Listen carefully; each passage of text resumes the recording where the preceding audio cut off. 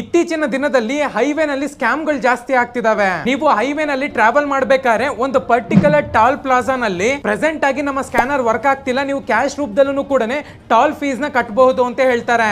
ಒಂದು ವೇಳೆ ಅಲ್ಲಿರುವಂತ ಸಿಬ್ಬಂದಿಗಳು ಕ್ಯಾಶ್ ರೂಪದಲ್ಲಿ ನೀವು ದುಡ್ಡನ್ನ ಕಟ್ಟಬೇಕಾಗುತ್ತೆ ಅಂತ ಹೇಳಿದ್ರೆ ₹1 ಕೂಡ ನೀವು ಕಟ್ಟುವಂತ ಒಂದು ಅವಶ್ಯಕತೆ ಇಲ್ಲ.